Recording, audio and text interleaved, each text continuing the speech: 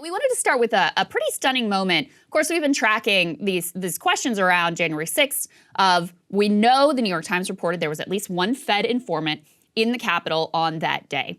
Not crazy to think that there were others involved, and you don't have to go down a whole false flag rabbit hole of conspiracy to want to know, hey, what insight did the feds have before January 6th, because their response was total shit, and what active involvement, in addition to this one informant, might they have had? Of course, we know the way that the FBI has infiltrated some of these groups. Proud Boys have some past affiliations with the feds, let's just say. We know the way that the feds infiltrated these individuals who were involved with the Gretchen Whitmer kidnapping. So Senator Ted Cruz, who we trashed on Monday, now we're going to give him a little bit of props. He had the opportunity to question Jill Sanborn, she's a top FBI official, about, hey, how many feds were there? What was going on? Let's take a listen to that exchange. I want to turn to the FBI. How many FBI agents or confidential informants actively participated in the events of January 6th? Sir, I'm sure you can appreciate that I can't go into the specifics of sources and methods. Did any FBI agents or confidential informants actively participate in the events of January 6th? Yes or no? Sir, I can't answer that. Did any FBI agents or confidential informants commit crimes of violence on January 6th? I can't answer that, sir. Did any FBI agents or FBI informants actively encourage and incite crimes of violence on January 6th? Sir, I can't answer that. Ms. Sadburn, who is Ray Epps? I'm aware of the individual, sir.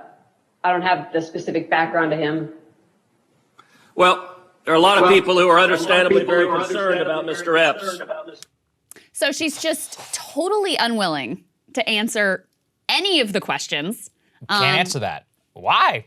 Exactly. Yeah, why not? Why is he the only guy here, asking too, by the way? If there's nothing to see here, then say, listen, no one was there. There was nothing to see here. And so the fact that they're completely stonewalling here, unwilling to answer basic questions, pretty telling. You guys remember, just as a refresher, who Ray Epps is. We've played some of the videos for you here. He seemed to be a primary instigator of telling people the night before, saying, we got to go into the Capitol, being so aggressive that the, Trump fans who were around him at the time started chanting, Fed, Fed, Fed, because what he was suggesting seemed so outlandish. Then on the day of, he again seems like an instigator. He's sort of at the front in terms of people going inside. He was originally on the FBI's list of suspects, people they were looking for, and then is dropped off with no explanation. January 6th committee has received enough pressure around Ray Epps that they felt the need to respond in a series of tweets. Again, this is really woefully inadequate. They say the select committee is aware of quote, unsupported claims that Ray Epps was an FBI informant based on the fact that he was on the FBI wanted list and then was removed from that list without being charged. They go on to say, the committee has interviewed Epps. Epps informed us that he was not employed by, working with, or acting in the direction of any law enforcement agency on January 5th or 6th or at any other time, and that he has never been an informant for the FBI or any other law enforcement agency. Okay. Then why is he being charged? Well, there's also a lot of questions. Was that interview under oath? Is the FBI the only? Also, law enforcement agency is a very specific term that applies to the FBI or the Department of Homeland Security. Intelligence agency, there are a lot of other intelligence agencies all across the United States. I think the latest count is like 22. Was he employed or an informant or a contractor or affiliated or whatever in any of those instances? No answer to any of that. Also, where's the actual transcript of the interview? You're just describing the interview. Right. Was it under oath? Like I said, have it happen in an open jurisdiction in front of the camera in the Senate Judiciary. Or at least put the transcript down. Put the transcript. Release the transcript. That'd be hashtag release the transcript. I mean, that would at least, give you some transparency. Not that it would still answer every question, because again, if you really care about January 6th accountability, and there are a lot of Democrats who claim this is like their top priority, well, you're just gonna let one of the main instigators go free and not charge him and not explain why he's not ultimately being charged. So this is the part of this conversation that really frustrates me is, of course, it's gotten subsumed into the culture war. And of course, Ted Cruz wants to, make political hay out of this and all of this. And Tucker Carlson puts out his documentary suggesting it's all entirely a false flag. There's no evidence to support that. However, it would be surprising, frankly, just knowing the history of the FBI, knowing their infiltration of some of the groups that were present on that day, to think that there wasn't forward visibility. They didn't know what was coming. So then why was the response so bad? That's one question. And then, how many people are actively, I thought Cruz's question there about, did anyone affiliated with the feds commit violent crimes? That's the most important. Because important. that's the other thing is, we know that there are tens of thousands of crimes that are routinely sort of accepted and sanctioned by the feds, supposedly in service of keeping us all safe. That's a big question mark, how effectively they're ultimately doing this.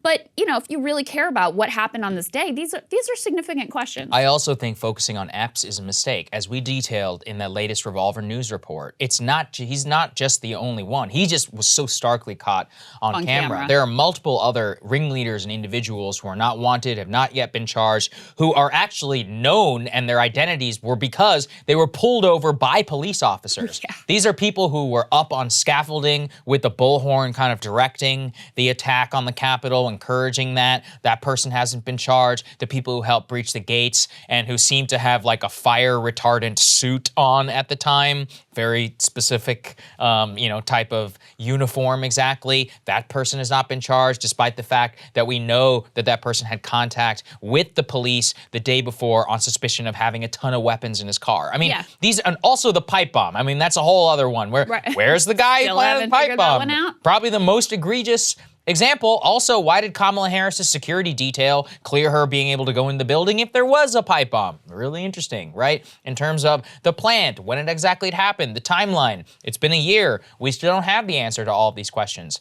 And, the corporate media is just picking up these statements by the January 6th committee as if it's gospel. They have no questions around this. It's like, remember the way they covered the Benghazi hearing? Rightfully, being like, hey, this is, this is selective testimony, all of this, skepticism. They have none of that here. Adam Kinzinger puts out a BS thread about, this shows this, Ray Epps didn't actually commit any crimes. How do you know? You don't know anything. I mean, he said he never entered the Capitol. Once again, why was he on the FBI's most wanted list then? Right. I mean, it's not like you wouldn't be placed there without some pretty explicit reasons, and he was even interviewed and talked to in the days afterwards.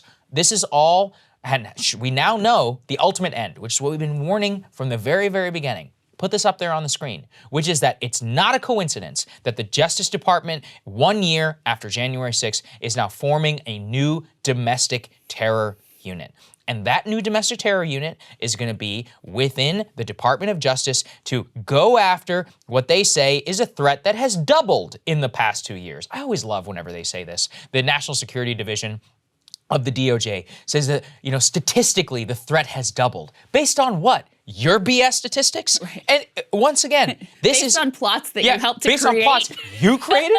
Yes, the number of plots which FBI agents have been creating has doubled. I can. That's another way. In this particular realm, well, they're shifting resources from Rich and Whitmer, from framing Muslim men, to framing another group of people. And shouldn't be okay with it, no matter who it is. What's especially terrible is that within the announcement, they actually specifically talk about how they are redirecting resources away from Al-Qaeda and ISIS towards this new domestic terror group. Also, here's how they describe it: extremist, anti-government, and anti-authority ideology.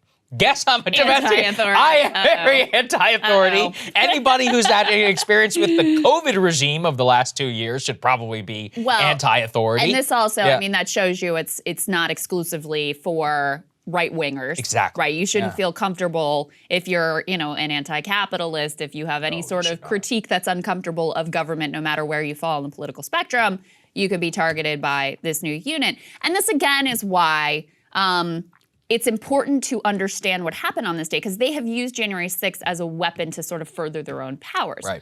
Well, if there's indications that you had knowledge beforehand, that you had people there on the ground, at least who were informants, then that raises a lot of questions about why we should be entrusting you with more power when you so dramatically failed on that particular day. And I will say, some of the sort of online liberal faithful who are deeply invested in the January 6th committee and following every person who's being subpoenaed and all of that stuff, are starting to get a little agitated with Merrick Garland and others about the fact that there haven't been high-level arrests of people who were ringleaders and were instigators. And you know what? They're not wrong to feel that way when they've been led to believe that this was Pearl Harbor and 9/11 wrapped in one, that this is Kamala Harris's rhetoric. I'm not making this up. I know. This is the worst thing that's ever happened on American soil. And yet, the charges you're getting are like the QAnon shaman for interrupting a government proceeding or for trespassing. Okay, if this is really sedition, if this is really treason, where are those high-level charges, and why are you letting people like Ray Epps off the hook with no explanation, who was clearly, invested in making this day as bad as possible? So they're not wrong to feel like they've been really sold a bill of goods here in terms of the sort of prosecutorial stance. But this is the other part, is, I made a point of saying this sort of online liberal faithful, because the broader Democratic base is they don't care. Not super obsessed with 1-6 whatsoever. In fact, this is kind of funny. Put this tweet up on the screen. This is a reporter who says he watched 2 focus groups with moderate voters last night. But these were all people who were sort of lean Biden, voted for Biden. They were kind of towards the Democratic camp or swingable towards the Democratic camp. Moderator asked the first group, 5 women, about January 6th. Long pause followed before one of the women asked, "What do you mean?" Invoking January 6th didn't immediately mean anything at all to these folks, even days after the anniversary. Not because they're bad people who don't care about maintaining democracy, but because guess what? They got a lot of stuff going on in their lives. And, as there's further tweets that follow, that's basically they all agreed this was a bad day. They didn't like it. There was a lot of blame on Trump, et cetera. But there was also a sense that this is not the focus of my concerns. There are a lot of other things that are going on that are more relevant, more pertinent to me in my day-to-day life. And so you can just think about the fact that this is what Democrats have leaned into, especially over the past couple of months. And even their own voters are you're off base in your exclusive focus on this, on your obsession over this. This is not landing with us whatsoever. And that's why, in part, I just saw this morning Larry Sabato's Crystal Ball, Kyle Kondik, we have him on, great analyst there, say that Republicans are poised to potentially win their largest majority in a century. In a century. That's how badly off-base Democrats have been with all this stuff. Look, so you put it all together. This has been from the beginning. Look, nobody, once again, I guess we always have to cover our bases. It's not like Trump was not primarily responsible for what happened on January 6th. Yes. That does not mean that there were not agent provocateurs who are within the audience or within the rioters that pushed things to a direction and flamed them up such that the actual storming of the Capitol happened. How many of those people were FBI informants? It's a simple question. Or not even FBI informants. How many of them were affiliated with law enforcement, intelligence, a higher U.S. government authority, such that it justified the largest domestic crackdown in modern American history? You should not forget that we saw, remember here in Washington, D.C., our Capitol was locked down for months and occupied by national troops for months. Not a word from a lot of people. They were here for the QAnon rally, which nobody actually ended up coming to. It cost almost $1 billion in that deployment. Now we have a new domestic terror law. Then we saw the systematic private deplatforming of a lot of people who were in the quote-unquote dissident anti-authority regime. Remember, this has been the greatest thing that ever happened to the powers that be. And so you should ask a lot of questions as to why that is. The new domestic terror unit is a threat, I think, to everybody who has a dissonant belief. Yeah, 100%. Look, guys, this is a fundamental question. Are we going to be a security state or are we going to be a democracy? Those are the choices. And so if you really actually care about democracy, the way this has been weaponized should be more troubling, way more troubling, because these are powerful institutions versus most of the people there who were totally powerless. Yes. You should be way more troubled by the direction that they have taken this in, by the way that they have weaponized it, than even of the events of that day, which, listen, There are two things I want to respond to and that I saw online, sentiments that were expressed when I was tweeting about this. One was, why are you scapegoating the FBI for the events that happened in the day? And I just want to be clear, we're not letting anyone off the hook for the personal action. They have agency, and if they did bad stuff that day, they should be held accountable, and they're responsible for that. And we are certainly not letting Trump off the hook either, and we say that every single time that we do segments on this. The other one that I really liked is people were like, this was Trump's DOJ, so there's no way that they would have been. I'm like, you totally don't understand the concept of the deep state. Yeah. That's the whole idea. The whole point is that it's permanent bureaucracy. Permanent bureaucracy, not loyal to any particular president with their own agenda. Yeah, right. And that's, by the way, I know the term has gained a lot of popularity during the Trump years and started to be used by the right during the Trump years. But this is a long-held concept that actually originates on the left of the political spectrum. So just wanted to put those two pieces out there. But again, bottom line is, moving us more towards a security state, demonizing and criminalizing, more of the country, surveilling, cooking up these plots. All of these things are a way greater risk to our democracy than the admittedly bad events of that day. Hey guys, thanks so much for watching. That's right. Just as a reminder, you can become a premium subscriber today. Watch the full show completely uncut, our reactions to each other's monologues. You get to listen to it. You get to ask us questions, all that good stuff. Link is right there in the description or at breakingpoints.com. Best of all, great way to say screw you to the mainstream media.